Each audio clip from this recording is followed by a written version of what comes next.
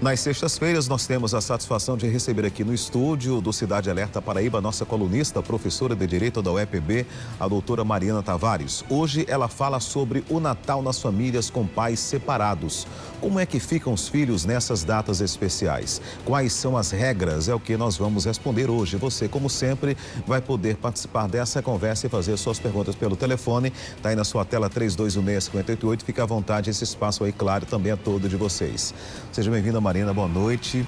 E então, como é que funciona do ponto de vista legal essa questão dessas datas especiais, Natal, Ano Novo, com relação aos pais separados? Com quem vai ficar o filho ou os filhos nesses casos? Boa noite, Omar. Boa noite a todos. Então, minha gente, é uma situação delicada, mas é uma situação que ela já fica, de certa maneira, pré-determinada quando o casal se separa e determina que tipo de guarda vai haver entre os filhos. Se é a guarda compartilhada, que, enfim, a gente sabe que é a melhor forma de estabelecer o cuidado com os filhos após a separação, se é uma guarda alternada, se é um estilo de guarda chamado nidação e daí em diante. Então, a depender da forma como a guarda se dá, isso também vai influenciar essas visitas em datas festivas e feriados, etc.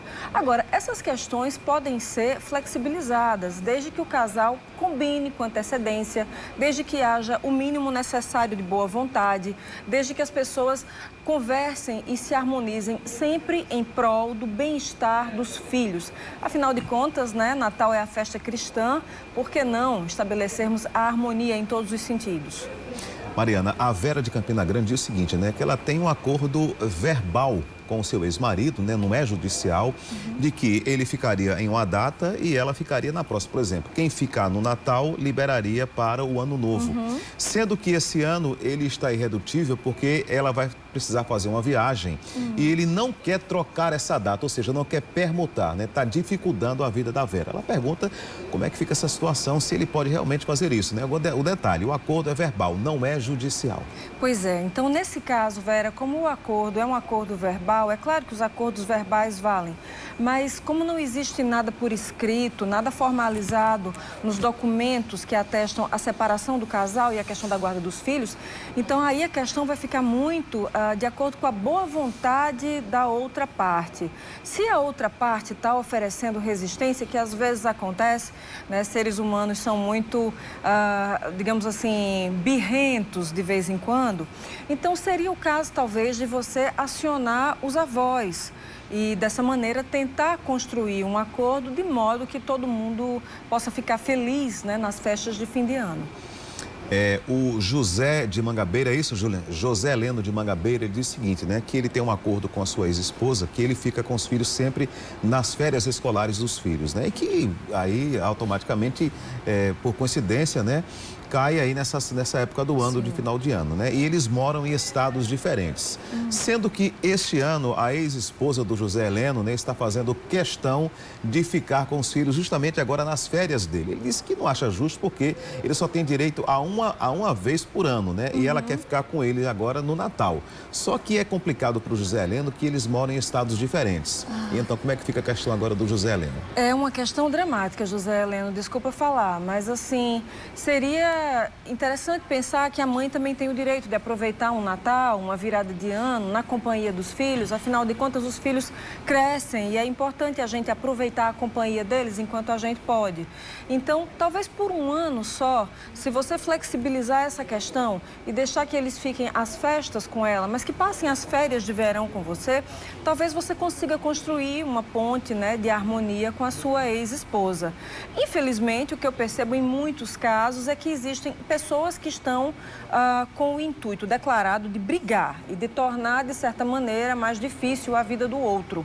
Então, se realmente há um intuito nesse sentido e se isso está colocando em risco, eu diria que a segurança, a sanidade emocional das crianças, então deve sim se acionar a justiça, o conselho tutelar, porque o fundamental nessa questão toda é que a saúde emocional dos filhos não seja abalada por conta das raivas e disputas que são estabelecidas por vezes entre os ex. Mariana, a Samara Souza do Pedro Gondim pergunta o seguinte, se realmente é necessário, é obrigatório ela ter a autorização do pai para poder viajar com os filhos, por exemplo, passaram as férias na Disney. Ela pergunta se isso é obrigatório mesmo. Sim, na realidade a nossa legislação ela tem certos entraves. Esse é um entrave. É necessário que haja uma autorização do pai. Se o pai fosse viajar para a Disney com os filhos, seria necessário também que houvesse uma autorização sua. Então, o que nós temos hoje dentro do direito de família é o chamado poder de família, onde se entende que o poder da mulher, o poder da mãe, ele é tão fundamental quanto o poder do pai. São poderes equivalentes. Então, se há um plano de se viajar para o exterior do país, sim, é importante que o pai dê autorização e, se por acaso fosse ele indo para o exterior, seria importante que você desse essa autorização. Eu tenho certeza que não é o caso, mas isso é para evitar que um ex sequestre os filhos e prive o outro de ter acesso aos seus próprios filhos, porque nós temos algumas histórias assim dentro dos relatos dos casos práticos, não é verdade, Jomar? Sim, principalmente quem tem dupla cidadania, né? Que então, fica até complicado. Pois é, e aí rouba a criança e o outro como é que fica, né? Destituído da sua condição de pai e de mãe na prática. Então é esse cuidado que a legislação tem. Só repete o nome, Maria.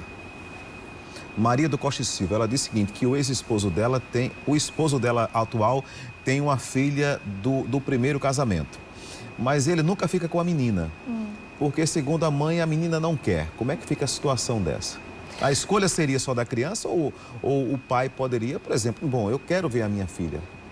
Bom, essa situação me parece delicada. É preciso se investigar mais a fundo o que está acontecendo para essa criança se recusar a desfrutar da companhia do pai. Eu me questiono diante de algo assim se não está acontecendo coisas do tipo alienação parental.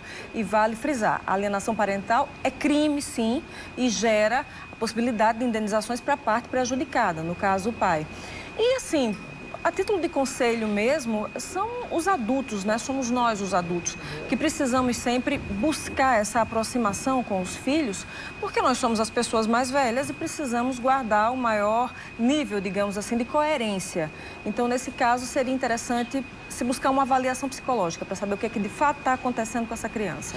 Agora, Mariana, eu peço a você, por exemplo, uma dica, uma sugestão para o papai e a mamãe que estão vivendo aí esse drama, né, esse clima de disputa em relação com quem vai ficar o filho ou no Natal ou no Ano Novo, né? O destaque, que eu até me peço licença, que o interesse maior, claro, é o bem-estar da criança, né? Que não merece estar vendo essa disputa aí, né, entre os... Já baixa a separação e para ele já é bastante doloroso. Pois é, você tocou, Jomar, no ponto crucial.